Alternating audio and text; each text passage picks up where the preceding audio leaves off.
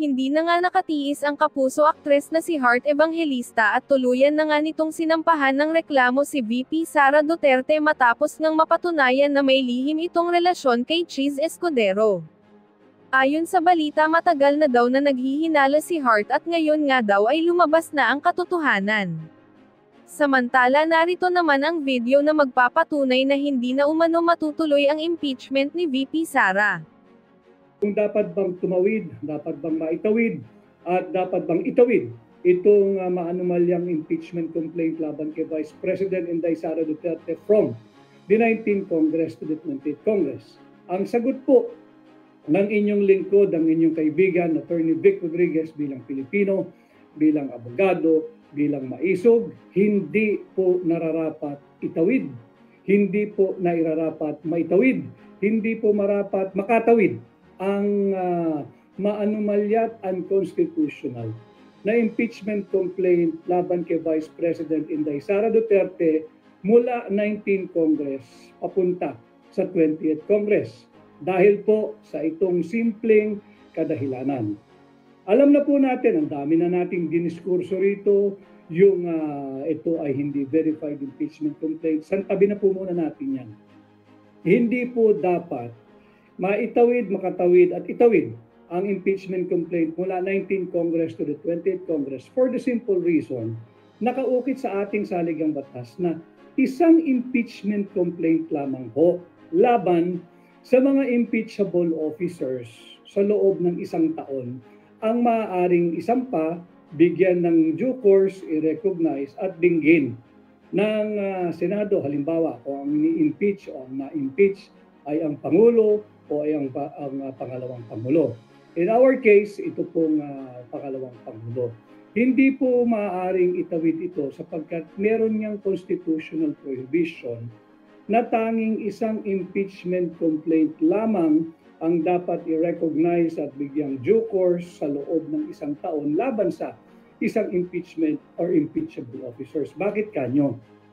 Bakit may ganitong prohibition at proteksyon na nakaukit sa ating saligang batas? Upang matigil po at mapigilan at hindi bigyan ng premium o saysay yung tinatawag na political harassment o political persecution laban sa kung sino pa mang impeachable officer. But again, in this case, para po nakasentro tayo at nakafocus po tayo dito sa actual case natin, yung actual controversy, hindi po dapat bigyan ng due course ang multiple impeachment complaint laban kay Vice President Inday Sara. Para nga po hindi maharas yung impeachable officer, in this case si Vice President Inday Sara Duterte, para po hindi siya hinaharas, hindi siya biktima ng political persecution, at hindi po unfair doon sa mga bumoto sa kanya at nagtalaga bilang ating pangalawang Pangulo. In the same manner, hindi po pwedeng maitawid ng 19th Congress papunta sa 20th Congress. Pareho lang din po ang prinsipyo noon. Para nang sa ganun, kung anuman ang political harassment or political maneuverings made by political actors and political players belonging to the 19th Congress will not be, shall never be carried on to the 20th Congress. Yan din po ang purpose niyan, para magkaroon ng hangganan ang political maneuverings, para po magkaroon ng hangganan ang political machinations, para po magkaroon ng hangganan ang political persecution. Pareho lang po yung prinsipyo niyan kung bakit isang impeachment complaint lamang ang maaaring bigyan ng due course sa loob ng isang taon sa laban sa isang impeachable officer. Ganon din po yun. Kung ano man po ang ginawa at ano man ang impeachment process na naganap sa 19th Congress, ito po ay marapat na matigil, matuldukan, matapos at mamatay. Kaya nga po impeachment is dead ngayong 19th Congress. Kasabay po ng pagdidissolve ng 19th Congress pag natapos na po ang kanilang pagsesesyon at malapit na po yan. Hindi po pwede yung legal view ng ilan na pwede raw po itong i-carry over sa 20th Congress. Alam mo ninyo ang pagkakaiba ng mababang kapulungan sa mataas na kapulungan o yung House of Representatives laban sa Senado.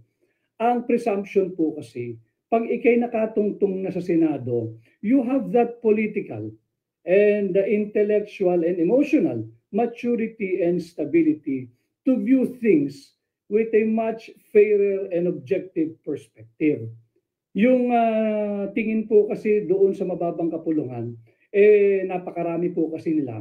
Marami pa dyan yung mapupusok, marami pa dyan yung talaga namang political players, political actors na susunod lamang sa dikta ng iilan. Kagaya nga sa kaso ni Vice President Inday Sara Duterte, itong impeachment na ito, pinirmahan lang basta-basta yung impeachment complaint nang hindi po nababasa.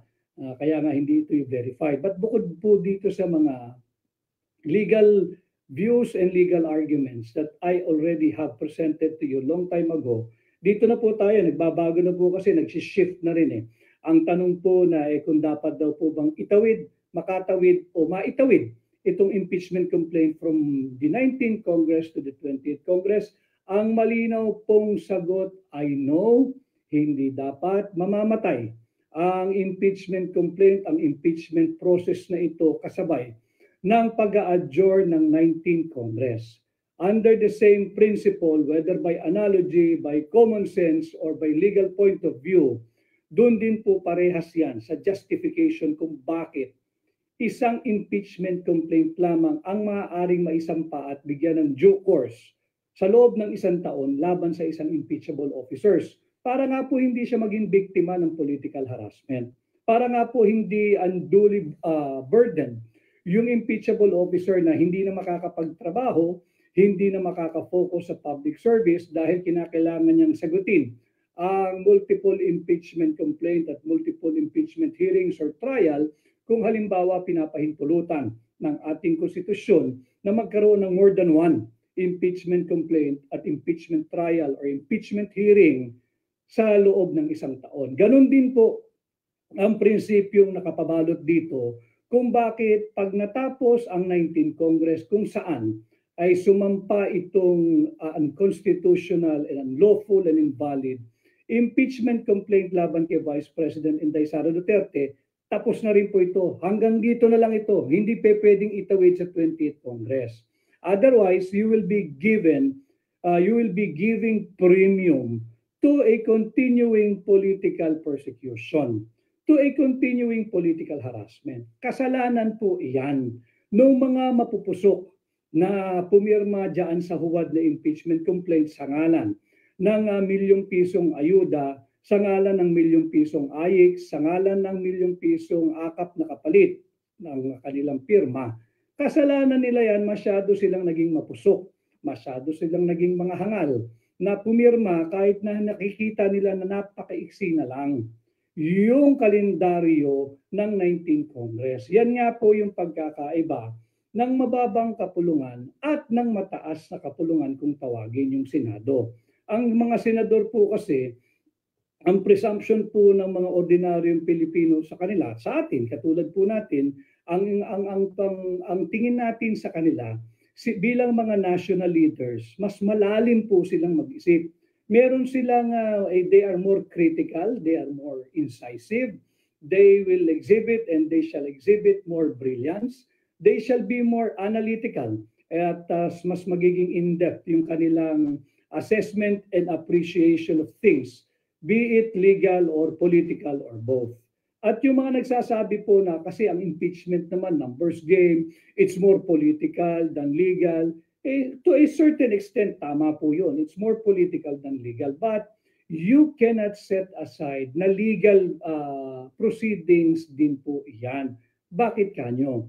Bago po kasi mag-step into the role o senator judges yung ating mga senador, manunumpa po sila. Iba pa po ito yung sa panunumpa nila bilang senador. They are duty bound to take their oath as senator judges at nakalagay diyan sa oath po nila na kanilang dedesisyonan ang nakabinbin na impeachment complaint sa harapan nila base sa ebidensya, base sa ating saligang batas. Ibig sabihin, Pag sinabi mong you will decide according to or in accordance with the dictates of our Constitution, legal po yan. Kanya hindi pwedeng sabihin ng ilan, hindi, numbers game lang yan. Hindi, political lang naman yan. Hindi masyadong legal yan o hindi legal yan. It's more political than legal. Mali po yun. Sapagkat kinakailangan munang mag-oath of office ang lahat ng mga senator judges before they can discharge their mandate, their constitutional mandate to sit as senator judges in an impeachment court. Having said that, kung sakasakali pong ipilit at matuloy yung impeachment complaint laban kay Vice President Inday Sara Duterte dito sa 19th Congress kasalukuyan, dapat po ito automatically, titigil na po ito pag nag-adjourn na ang 19th Congress. There is no way that it can be allowed to continue beyond the life of the 19th Congress. It will be the height of unconstitutionality na itatawid o maitawid pa itong impeachment complaint from the 19th Congress to the 20th Congress. Ito po ang aking pananaw bilang Pilipino, bilang abogado, bilang maisog. Sapagkat yun nga ho, there must be an end to all these political maneuverings. There must be an end to all these political machinations. There must be an end to all this political persecution that has been going on, specifically during the 19th Congress. Yung termino po ng 19th Congress. Nakita naman natin yung mga pinakulong na hanggang ngayon ay nakakulong pa rin, si Colonel Hector Grijaldo. Kanya nga po, di ba, yung contempt powers ng kung anumang standing committee. Valid lamang yan hanggat yung Congress is in session. Pag yan ay nag-adjourn na at madidissolve na po yung 19th Congress, automatic, kinakailangan ng ma-release. Kung sino man po ang nasapiitan pa by virtue of any citation for contempt, barring any other legal justification why he, she, or they should continue to be in detention kung wala pong iba pang kaso. Kung meron naman, ibang usapan po yun. Kaya ito po, ang ating legal view, pinagdedebatihan po yata kanina dyan sa inyo sa Senado kung dapat daw pong itawid, maitawid o dapat patawirin yung impeachment complaint. Hindi po, kailangan yan matapos. Kasalanan po ng mga hangal at mapupusok na kongresista na pumirma kapalit ang ilang, hindi lang po ilan pala yun, ang milyong-milyong pilak, ang milyong-milyong salapi kapalit ng kanilang pirma. Kasalanan po nila yon at napaka-short-sighted po talaga nila. Alam naman nila na ang buhay ng 19th Congress ay malapit na magtapos.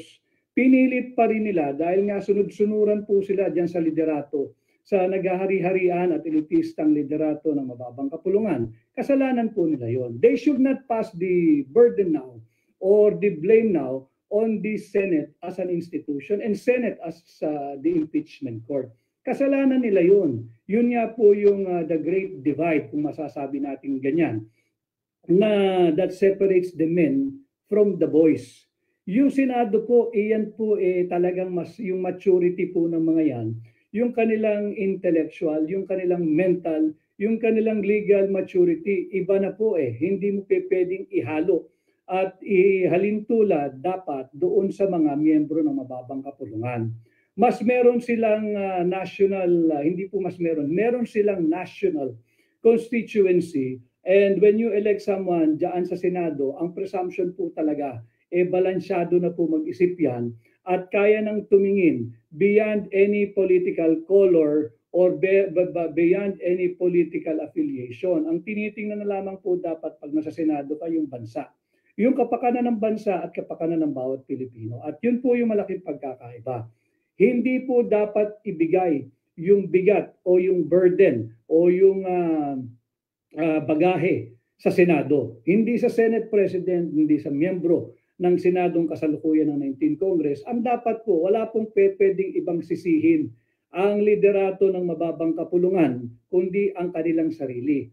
Wala pong dapat ibang sisihin ang hindi pagtawid ng 19th ng impeachment complaint na ito from 19th Congress to the 20th Congress. Kung hindi ang mga hangal at mapupusok na mambabatas sa mababang kapulungan na pumirma. dito sa huwad na impeachment complaint. Hindi nila sinalang alang-alang yung legal implication ng kanilang ginawa. Alam naman nilang malapit na yung hangganan ng 19th Congress.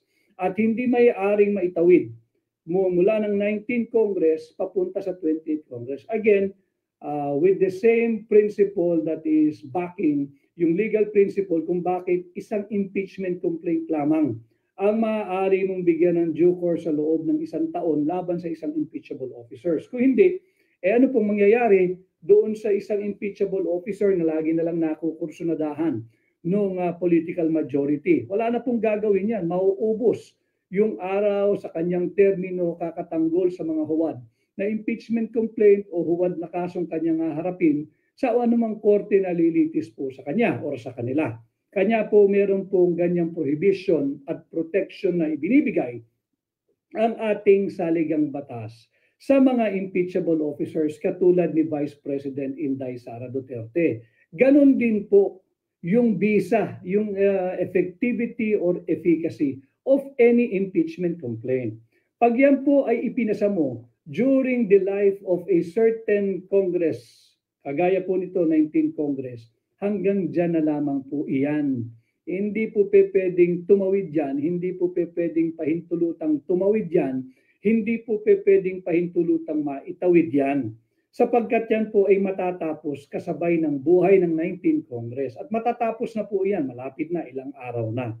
If they would want to refile another impeachment complaint against whoever, and in this case, against the Vice President, they have to wait again for another year. Pati po iyan, kinakailangan pang maisettle. Hindi pwedeng basta na lamang tayo 1 year from kailan. Tatandaan po ninyo, 4 yung impeachment complaint na isinampa. 4 yung impeachment complaint na sumampa. Alin doon yung time of reckoning? Kailan ba tayo bibilang nung 1 year? Based on the first impeachment complaint, based on the second impeachment complaint, based on the third impeachment complaint, or based on the fourth impeachment complaint. Even that is yet to be settled. Kaya yung mga nagtatangka, naghahanda na, pro forma, templated naman, yung impeachment complaint ninyo laban kay Vice President Inday Sara Duterte, ayusin nyo muna yung inyong naratibo. Ayusin nyo muna yung inyong kwento. Kung kailan talaga na i-file yung impeachment complaint 1, 2, 3, and 4 para makapagbilang kayo ng tama. And then again, yung akin yan pong legal point of view dito sa ating tinig maisog, impeachment is dead. Patay na po yan and there is no way legally na maitawid pa yan at pahintulutang tumawid from 19th Congress to the 20th Congress. And even if it will be for some stroke of luck, maitawid papunta ng 20th Congress.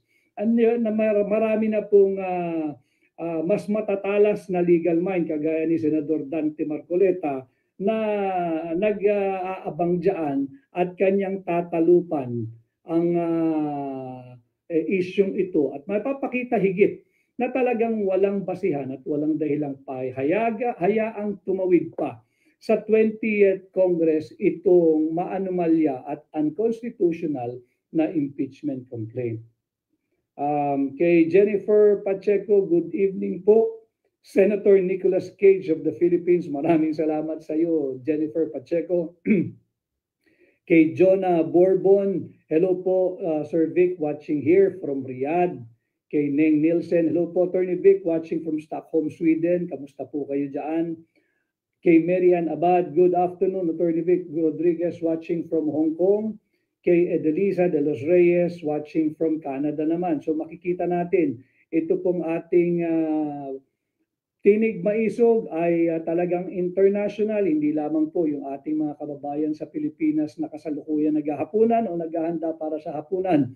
At yung iba naman nasa trabaho na, papuntang trabaho, pauwing eskwela, papuntang eskwela, ay nakasubaybay. Kagaya nga po ng aking sinasabi, I will try to simplify hanggat maaari yung mga mahalaga at importanteng usaping panlipunan na dapat po lahat kayo ay kabahagi. Kinakailangan po meron kayong opinion, hindi kinakailangan sang-ayon sa aking opinion, hindi po kinakailangan lagi tayo nagkakaigi o nagkakasundo, dito po sa aking pahina. Let us all agree to disagree without being abrasive, without being offensive, without being obnoxious, pero panindigan ninyo kung ano man yung inyong prinsipyo or opinion na mabubuo sa talastasan po, pakikinig dito sa aking pahinang Tinig Maisog, ang ating pong pamagat ngayong araw po dito sa Europa, gabi po dyan sa Pilipinas at kung saan man po bahagi ng mundo.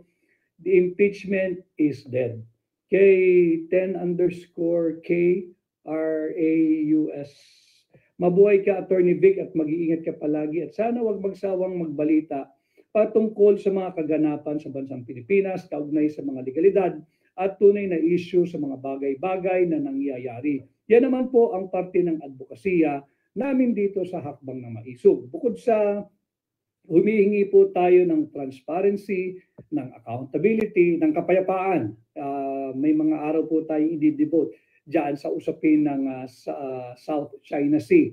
Pagkat malapit na po yung third week ng June na kung saan ay maglalabas sila ng mga fake news na tayo daw po ay pro-China dahil hindi tayo sang-ayon sa pagiging tuta ng ating gobyerno sa interes at impluensya ng puwersang Amerikano. Hindi po pagiging pro-China yun. Yun po ay pagiging pro-Filipino. At huwag po tayong magpalinlang at magpabudol doon sa maglalabas ng naratibo na yung ilang personalidad ay pro-China daw. Hindi nila sabihin na sila ay pro-US. Hindi po sila pro-Filipino eh. Sila po ay pro-US at kanilang linalansi ang mamamayang Pilipino gagamit ng naratibo na si ganito, kagaya po ako, ang inyong lingkod, babansagan daw pong pro-China.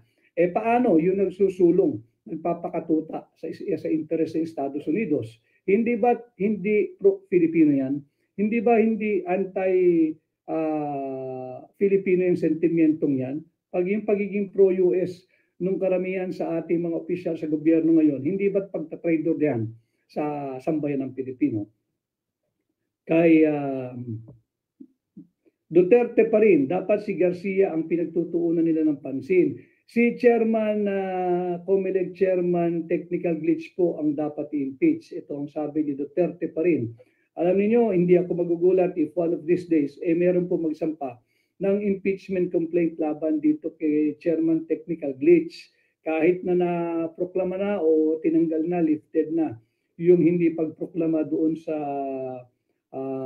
Vice Mayor na nagpalabas din ng kanyang obserbasyon na yung dayaan po dyan sa huling halalan, tuloy po yung banta. Ang dami kong nakakausap na grupo, but antay natin yung 20th Congress. Ganon din po, wala kang parang malaking pagkukulang kung sino man na ngayon ka magpa-file ng impeachment complaint laban sa kahit na sinong impeachable officer. Alam mo namang patapos na yung 19th Congress at magrereklamo ka na bakit hindi itatawid, hindi itinawid o bakit hindi dapat makatawid sa 20th Congress. Dapat yung look out yan ng mga filers. Look out yan ng mga complainants, look out yan ng mga kongresista sa mababang kapulungan. Ang nangyari ho kasi, sobra silang nag-enjoy, pakiramdam nila hari-hari sila sa ating bansa, na wala silang pakialam sa legal process, sa gasa ang tawag dyan, na wala silang respeto sa Senado na pagka binigyan nila ng basura, ine-expect ko siguro nila na aaksyonan lang din ng Senado kung anumang basura ang ibibigay sa kanilang hapag dyan sa Senate as an institution and the Senate sitting as an impeachment court. Magandang napapag-usapan po ito sapagkat nag-transition po kasi yung mga usapin na yung legality nga po o yung illegality, the constitutionality or the unconstitutionality of the form and the substance of the impeachment complaint filed against the Vice President.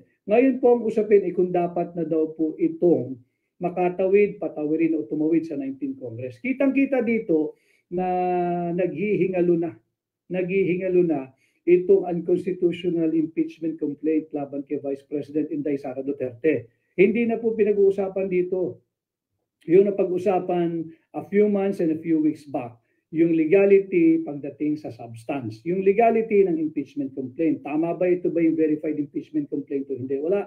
Tapos na po yun, nag-transition na po. Ang tanong na lamang po, dapat daw po ba itong makatawid? Dapat daw po ba itong itawid? At dapat daw po ba itong tumawid from 19th Congress to 20th Congress? Hindi po. Pagka yun na ang tema nung mga political persecutors si Vice President Inday Sara Duterte, malinaw ang mensahe. The writings are on the wall. It's very, very clear. Naghihingalo na yung huwad na impeachment complaint laban kay Vice President Inday Sara Duterte. And again, as to the legal question on whether it should be permitted to cross over or to pierce through the life of the 19th Congress leading to the 20th Congress, hindi na po. Patay na po ang impeachment complaint na ito. Ito po ay na-file at naihatid sa Senado during the 19th Congress. At pag nag-adjourn na po ang 19th Congress, finish. Tapos na, patay na, dead end. End of the story na ng impeachment complaint kasabay ng buhay ng 19th Congress. There is no legal way to permit, to allow yung pagtawid pa ng impeachment complaint na ito, inihain ng 19th Congress na makatawid pa ng 20th Congress. Yun po ang aking legal point of view, ang aking punto de vista pagdating sa legalidad ng aking opinion na patay na po yung impeachment complaint na yan. Naghihingalo na, matter of days na lamang, patay na po iyan. And there is no legal justification na ito'y pahintulutang makatawid from 19th Congress to the 20th Congress. Malinaw po yan, yan po ang aking pananaw at ito po ay aking ibinabahagi sa inyo sapagkat kinakailangan habang umiinit, habang painit ng painit. Yung usapin dito, meron po tayong diretsahang ugnayan so you can formulate your own opinion. Again, you do not have to have the same opinion that I have at hindi po kinakailangan sumang-ayon kayo sa aking pananaw. Importante lang, naririnig din ninyo ang lahat ng bahagi, lahat ng anggulo, nakikita rin ninyo at makabuo kayo ng sarili ninyong pananaw sapagkat tayo ay Pilipino, dapat kabahagi tayo sa mga mahalaga at importanteng usaping panlipunan nang hindi na po tayo mabudol muli kagaya ng patuloy ng pambubudol ng kasalukuyang Marcos administration sa ating mga Pilipino. And while I'm still here dito sa The Hague, huwag po ninyong kalilimutan ang ating kolektibong panawagan at sigaw bilang mga Pilipino. Ilahad natin upang marinig tayo ng buong mundo. Bring PRRD home. Kinakailangang maiuwi si Tatay Digong sa lalong madaling panahon. At kagaya ng aking palagi ang panawagan, isama po ninyo sa inyong panalangin araw-araw ang kaligtasan at kalusugan ng kapwa natin Pilipino si Tatay Digong. Isama po ninyo sa inyong panalangin na sana ay maging patas ang International Criminal Court kung sila'y totoong korte na mayroong hustisya, dapat agad-agad ay pawalan na nila si Tatay Digong dahil wala naman ito ni isang kaso sa Pilipinas. At yan po yung kolektibong pananaw at panawagan ng lahat ng mga Pilipino. So basa po tayo ng mga iba pang mensahe. Kay Emily Gacho, good PM po attorney, kailan po makakalabas si Tatay Digong? Hindi ko po, wala po sa aking kakayahan na tugunan ang tanong ni Emily Gacho. Ito po ay ongoing live legal proceedings and the lawyers, the international lawyers of President Duterte are doing their best and they're good. Makagaling po talaga ito. Antayin lamang natin yung magiging katugunan ng ICC at sana yun lang ho lagi dapat maging patas. Uulitin ko, kung magiging objective at patas at fair at talaga namang may hustisya dito sa ICC, matagal na ho dapat pinawalan si Tatay Digong dahil wala namang kaso ang tao. Pwede mo bang ipiit indefinitely ang isang taong walang kaso. Isipin po ninyo yun. Maaari ba kayong magpiit ng isang taong walang kaso? Pasimplihin po natin ang usapan. Yung mga may mga kasambahay po. Whether sa Pilipinas o sa ibang lugar. Diyan na lang sa Pilipinas para lalo natin maunawaan. Maaari bang hindi mo pahintulutang lumabas ng iyong pamamahay ang iyong kasambahay? Maaari ba legally na hindi mo pahintulutang lumabas ng kanyang kwarto o kanyang silid ang iyong kasambahay? Hindi ba serious illegal detention ang tawag dyan? Kung wala man siyang kaso, kung meron mang nagawang pagkukulang ang ating kasambahay, maaari mo bang ilagay ang hustisya sa sarili mong kamay sa pamamagitan ng pagkulong mo o pagdetene kahit sa kanyang sariling silid ang iyong kasambahay? Ilagay mo na merong sariling banyo, lagay mo na naka-aircon pa yan, may cable, may Netflix, 3 times a day ang pagkain, pwede mo bang ikulong ang iyong kasambahay, nagkulang man o hindi, sa kanyang silid nang hindi ka dumadaan sa judicial process? Hindi ba ang sagot diyan ay hindi, sapagkat yan ay serious illegal detention. Ganyan din po ang nangyayari kasalukuyan kay Tatay Digong. Yan po ay serious illegal detention, ikay nagpipiit ng isang taong walang sala, ng isang taong walang kaso. Iba pa po yung usapin sa Pilipinas nung mga nangidnap kay Pangulong Rodrigo Roa Duterte. Yung mga nangidnap, dapat po talaga yan ay ma-resolve na yung mga iba't ibang pending petitions before the court, before any competent jurisdiction. Nang sa ganun, tumakbo na po at umusad ang anumang binabalak na criminal complaint laban sa mga nangidnap kay Tatay Digong at persahan siyang inilabas sa Pilipinas nang walang anumang dokumento, walang booking process sa pulisya, walang documentation sa immigration, walang visa, walang pasaporte. Kidnapping po iyan. At yan po yung dapat na pananagutan ng mga nangidnap kay Pangulong Duterte. Basahin din po natin ito. Ito po ay bilang pagtugon dahil nga po marami nagre-request, hindi po nakakaabot ng live, kaya medyo nag-delay po tayo ng 1 oras para naman ay maka-join din po yung mga nais sumali ng live. By the way, live din po tayo sa aking YouTube channel at Attorney Vic Rodriguez. Marami pong salamat at napakabilis ng pag-angat ng mga nagsusubscribe. Tulungan po nyo na mag-like, mag-share, mag-subscribe. Importante dyan po sa aking YouTube channel at Attorney Vic Rodriguez in anticipation. Mayroon po tayong gift na gano'n, yung pagpo-foresight. In anticipation na i-take down po itong ating pahina, hindi po mapapatid yung ating ugnayan ng diretso sa inyo at pwede pa rin po tayong mag-live at maaari pa rin ho kayo na mag-share ng aking mga pagla-live at ang aking page at channel. Kagaya po ng pagla-live nito, sana po, ano po name nyo sa YouTube? At Attorney Vic Rodriguez. Yun po ang nasa YouTube, at Attorney Vic Rodriguez. Attorney, nakapasok po live nyo, mga banga, gayaan nyo po yan para tumalino ng kaunti.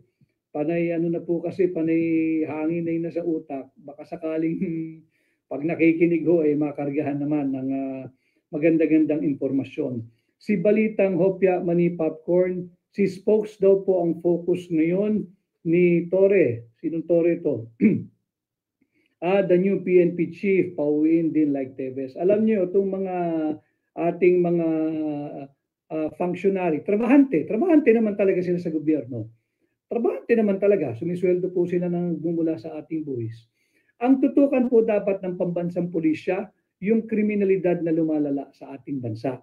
Ang tutukan dapat ng pambansang pulisya at merong bagong chief PNP ay yung problema ng illegal na droga. Huwag na kayo magpagamit sa political persecution. si Attorney Harry Roque merong application for asylum. Hayaan yung gumulong yung proseso sa Netherlands sa kanyang application. Pero yung sasabihin mo na ang prioridad mo ay hulihin o may uwi o may kulong si Harry Roque. Maganda rin po yan. In fact, I do not know if Harry is watching or able to follow my page as well, my live. Maganda yan, Spokes Harry.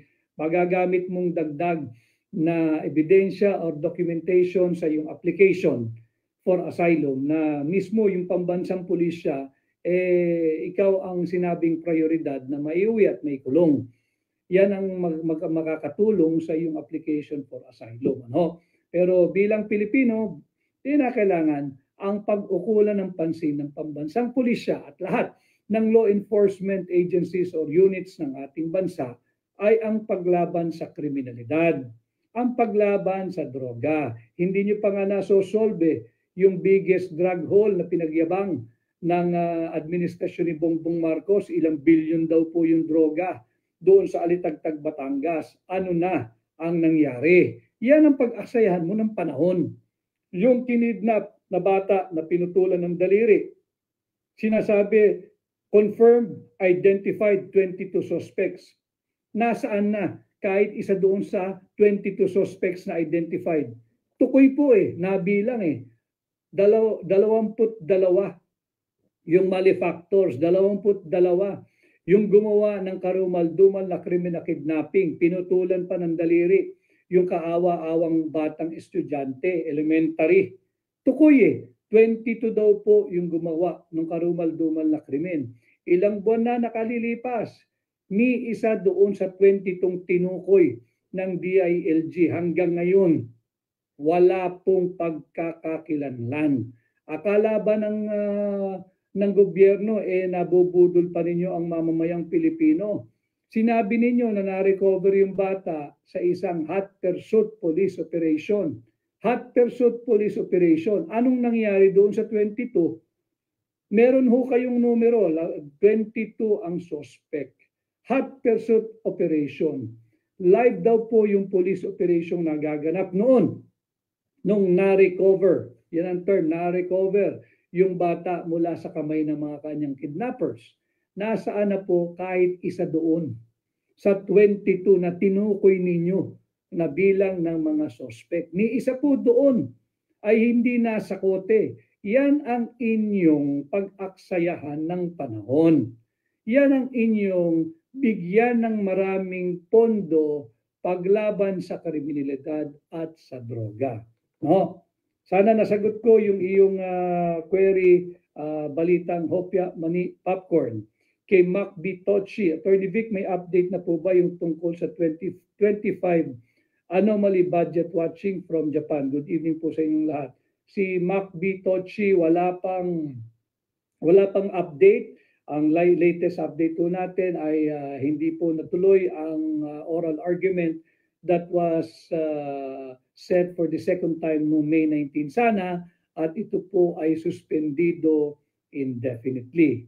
At yan nga po, patuloy pa rin tayo magbabantay. Sa Kongreso, nandiyan naman po ang napakahusay, tapat, marangal na kongresista, si Congressman Sid Ungab. Magbabantay po yan sa budget process. Hindi na po makakalusot. Hindi naman po talaga nakalusot itong maanumalyang 2025 national budget. Kanya nga po nakabinbin yung kaso sa Korte Suprema sapagkat na-dokumento po natin. We were able to document and we were able to provide authentic records and documents showing how the 2025 budget was mangled by itong mga gutom na gutom, mga hangal at hayok sa kwarta ng mga kongresista at iba pang mambabatas na nagpasa ng blankong bicameral conference committee report. Si Jennifer Robles. Jennifer, mabuhay ang mga fighters na gaya mo po, Sir Attorney Vic. Mabuhay ang mga Duterte supporters. God bless our beloved country. Salamat po. Kay Mocha Silva. Attorney Vic, ask ko po, bakit po dinidelay po ang hearing sa GAA? Dalawa po yan, pati yung desisyon ng kataas-taasang hukuman sa naunang kaso ng PhilHealth. Matagal na po yan eh. April pa eh. Tapos na yung pagdinig dyan. At nakita naman natin from the line of questioning by the Honorable Justices of the Supreme Court, talagang laglag ang gobyerno. Hindi nila may pagtanggol, hindi nila ma-justify why they have to take 60 billion pesos of taxpayers' money from the coffers of PhilHealth. Kinuhaan po nila ng 60 billion eh, noong 2024. 60 billion ang kinuha nila, kinulimbat po yan ng Marcos Jr. administration, kinuha sa PhilHealth at ginamit sa kung saan. Yan po ay violation ng charter at ng ating saligang batas. Inaantay po ng sambayan ng Pilipino ang magiging desisyon ng Korte Suprema tungkol dyan. Bakit importante na madesisyonan po yan? Upang nang sa ganon, dalawang bagay. Nang sa ganon ay masampahan po ng kasong kriminal ang lahat ng may kinalaman diyan sa pakikialam at pagnakaw ng 60 billion pesos PhilHealth funds na galing po sa pondo nating mga Pilipino, galing po sa contribution ng mga PhilHealth members, galing po sa buwis nating mga Pilipino. Pangalawa, importante pong madesisyonan. Sapagkat pagka sinabi po ng Korte Suprema na unconstitutional yung pagkuha ng 60 billion pesos PhilHealth funds, malinaw pa sa sikat ng araw at malinaw pa sa pagsikat ng araw bukas diyan sa Pilipinas, maaari ng kasuhan ng impeachment si Bongbong Marcos. Kanya mahalaga na madesisyonan na yung nakabingbing kasong yan sa Korte Suprema. In the same manner, mahalaga po na magkaroon ng resolution, conclusion at decision. Itong isinahinain po nating reklamo patungkol naman sa 2025 national budget.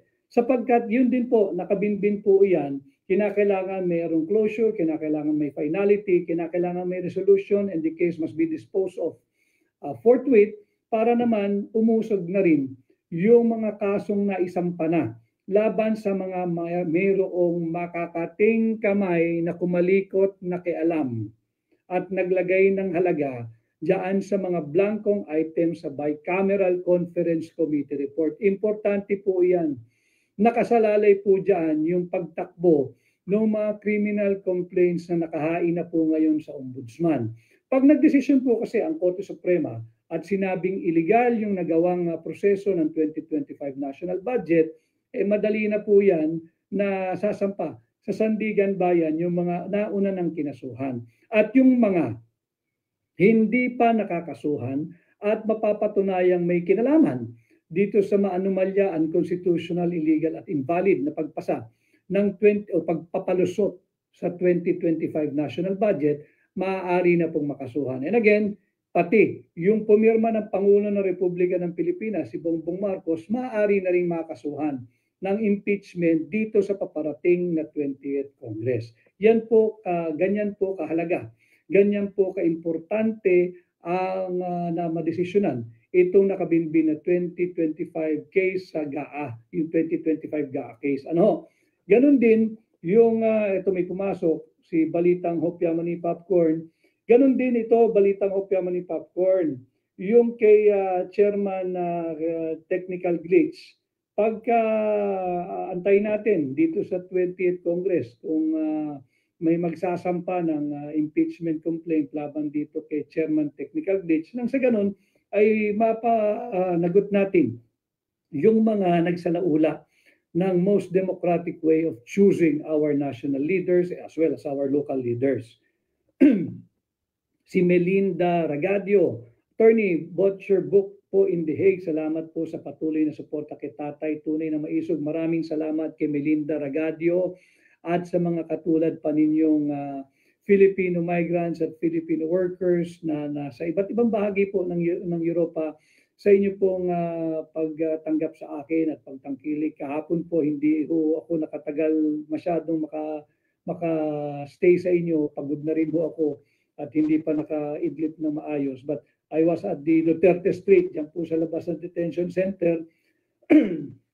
Napaka-festive po ng mood talaga pag nagsama-sama ang mga Pilipino. Lalo na kung yung gathering po ay base sa prinsipyo yung pagsasama-sama at base sa isang malinaw na paninindigan na humihingi ng hustisya para sa ating kapwa Pilipino.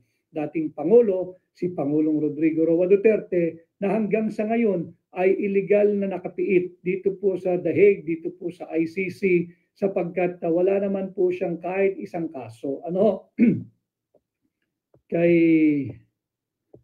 Itong aking kaibigan, nanonood daw po ngayon ang aking kaibigan, nais kong batiin ang aking mabuting kaibigan, aking kaskwela nung araw sa University of Santo Tomas, nung kami kolehiyo pa.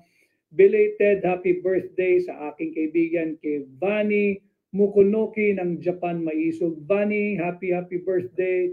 At sa lahat ng ating mga kasamang maisog dyan sa Japan, please send my warmest regards and greetings, and I hope to see all of you very, very soon.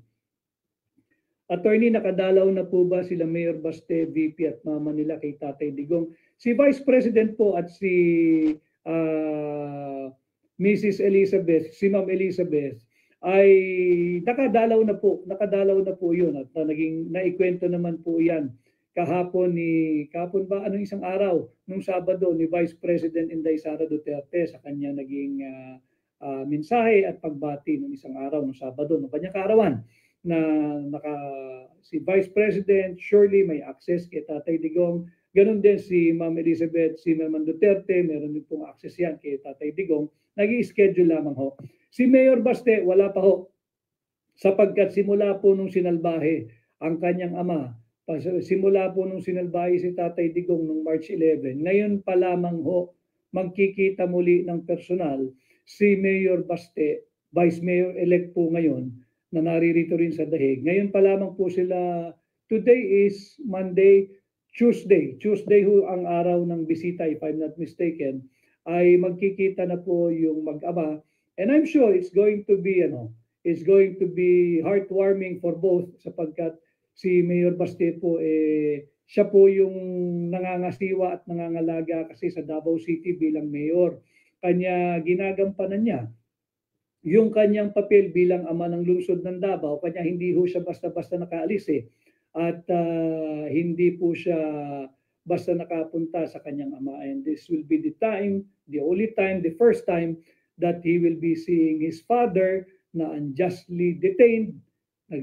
Meron pong injustice na nagaganap and we will give it to them sapagkat usapan pong mag-amayan at maganda na mangyari na rin po yan. And I'm sure kilala ko rin at kaibigan po si Mayor Baste. Iba po kasi pagka yung ama mo sa pilitang kinuha sa iyo, inilabas sa bansa ng walang anumang dokumento, walang anumang legal basis, trinador, pinagkanulo ng sarili niyang gobyerno sa ilalim ng Marcos administration. Kaya patuloy po tayo na mag-ingay, manawagan at yung ating mga kababayan na Filipino migrants at overseas Filipino workers, marami pong salamat at sa patuloy ninyong pag-iingay. Kayo po ang nagdadala rin ng malaking bahagi ng labang ito sapagkat kung hindi po sa inyong pag-iingay at aktibong pagtitipon-tipon ng payapa at maraya sa iba't ibang lugar, hindi po natin maipaparating ng ganito kabilis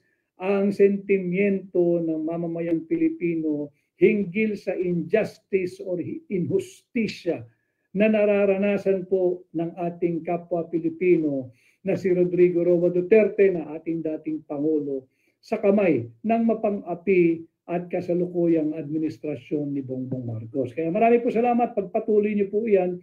Ang dami pong Pilipino nung Sabado, ang dami pong Pilipino kahapon na nagmula pa sa iba't ibang panig ng mundo na nakikiisa. At talaga naman mararamdaman mo yung kanilang pagiging Pilipino, yung pagiging makabayan, pagiging makabansa. Pagpatuloy niyo po yan sa kabila ng mabuting buhay at kalagayan na po ninyo sa iba't ibang bahagi ng Europa, naroon pa rin yung kanilang pagmamahal sa ating bansa, sa Pilipinas, at pagmamalasakit sa mga kapwa Pilipino. Ang dami ko nakausap, wala akong exaggeration, more than hundreds talaga. Isa po yung kanilang layunin, isa po yung kanilang aspiration, isa po yung kanilang pangarap na sana maramdaman din po natin, tayong mga Pilipino diyan sa Pilipinas, maramdaman din natin yung mga tinatamasa po nilang sistemang tama sa host countries nila. Nakita nila na pagka ang gobyerno ay hindi corrupt, ay makikita mo yung delivery ng public services. Makikita mo yan sa kanilang public transport lamang. Tayo nga, isang mahabang linya lang. Iksi nga nun yung dulot-dulo ng EDSA Line 3, yung sa EDSA, yung MRT Line 3. Lagi pang sira o kaya punong-puno lagi at hindi mo maasahan pagdating sa oras ng pag-dispatch, oras ng dating sa napakaiksing mga stations. Sa Europa ho, talagang criss-crossing yung mga railways nila, and yet very reliable pagdating sa oras, very dependable at precise po yung dating ng kanilang mga train, whether intercity, whether within the city, whether international po yung train, napakaganda. At yan din yung kolektibong aspirasyon ng mga mamamayang Pilipino nakararanas kung paano yung isang tapat na gobyerno ay nakakapagsoli ng totoong serbisyo sa kanilang mga nasasakupan. Sana one day ay mangyari ang ganitong uri ng ginhawa sa ating bansa, sa Pilipinas, at maramdaman din natin ang isang tunay na gobyernong may pagkalinga, may puso, nakikinig, hindi bingi, hindi manhid, hindi corrupt, at hindi sariling interes lamang ang itinutulak at sariling interes lamang, sariling interes ng kanilang kapamilya o kamag-anak lamang ang tinututukan. Si I love views too. Ano po naramdaman ninyo nang makita nyo ang facility kung saan nakadetain si PRD? Ang naramdaman ko, we really have to be very, very grateful at we should not take our freedom. We should not take our liberty for granted.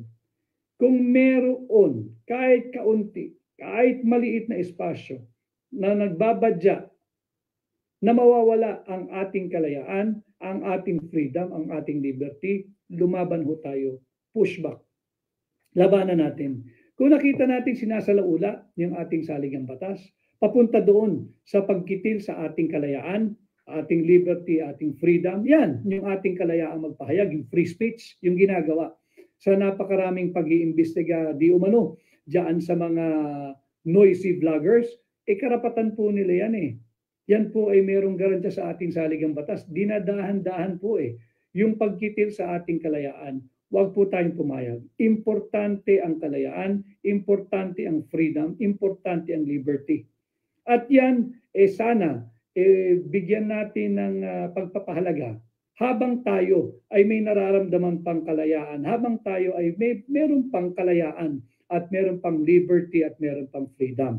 Huwag sanang mangyari yung ang pagsisisi ay nasa huli. Huwag nating isuko. Lumaban po tayo regardless of your political color. Pagka yung freedom at liberty at injustice na ang nagiging order of the day o rule o yung ating nagiging rule sa ating bansa, huwag po tayong pumayag, magbigkis-bigkis po tayo at hindi po ito ordinaryong usapin. Yun po ang aking naramdaman na lahat po tayo may pinagdadaanan everyday, marami rin po yung kulang, yung kinikita na naiuwi sa pamilya. Pero imaginein po ninyo yung buhay ng isang kapwa natin Pilipino, si Tatay Digong, mag-isa sa isang banyagang lugar, banyagang jurisdiction, malamig, walang kausap, hindi nakakakain ng ating mga pagkaing Pilipino, yung sariling atin, mahirap po iyon. Hindi ka naman 80 years old. 79 years of his life, alam niya yung kahulugan ng liberty at freedom. He is a man of law, he is a man of justice.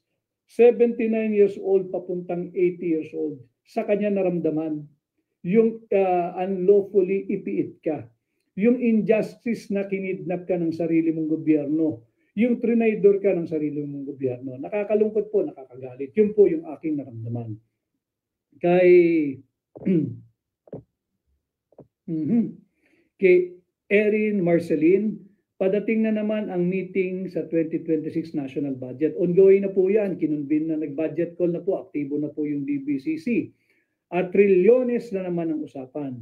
Sana bago yun, mas schedule na ang GAA hearing para malaman na natin kung sino-sino silang nag-magic ng budget. Yun nga po yung nakakalungkot. Pagdating po ng pagbubukas ng 20th Congress, magkakaroon na naman ng SONA kung anong pambubudol na naman ang i-anunsyo. Basta tingnan po ninyo. Singilin natin ang kasalukuyang administrasyon. Administrasyon ni Bongbong Marcos. Mag-trace back lamang ho kayo. Ano laman ng kanyang 2022 State of the Nation Address? Bago siya magsalita ngayong 2025 State of the Nation Address, silipin po muna natin alin sa kanya mga binitawang salita na nakalaman doon sa 2022 SONA ang natupad na. Yan ang ating singilin. Sapagkat kung walang natupad noong 2022, wala pong saysay yung 2023 SONA, wala pong saysay yung 2024 SONA, wala pong magiging kahulugan at saysay at papupuntahang matino at mabuti ang magiging SONA ngayong 2025. Budol nga eh. Kung hindi mo nagawa yung binitawan mo noong 2022, hindi mo magagawa itong bibitawan mo ng 2025. At paulit-ulit po, sirang-sira na po ang bad record ng kasalukuyang administration. Nasaan na yung 20 pesos kada kilo ng bigas na makakain ha? At dapat lahat available sa lahat ng Pilipino. Yan po yung ating mga dapat singilin. At nasaan na rin yung sinasabing ang ating foreign policy ay kaibigan tayo ng lahat at hindi tayo kalaban o kaaway ni numan. Kiling na po tayo sa Estados Unidos at nadadala tayo, nakakaladkad tayo dito sa nakakatakot na armadong konfrontasyon na maaaring mauwi sa armadong digmaan laban sa ating kapitbahay na China. Na wala naman tayong dapat pakialam at hindi tayo dapat makialam. At maraming kasalanan ang bansang China pero hindi sagot ang digmaan.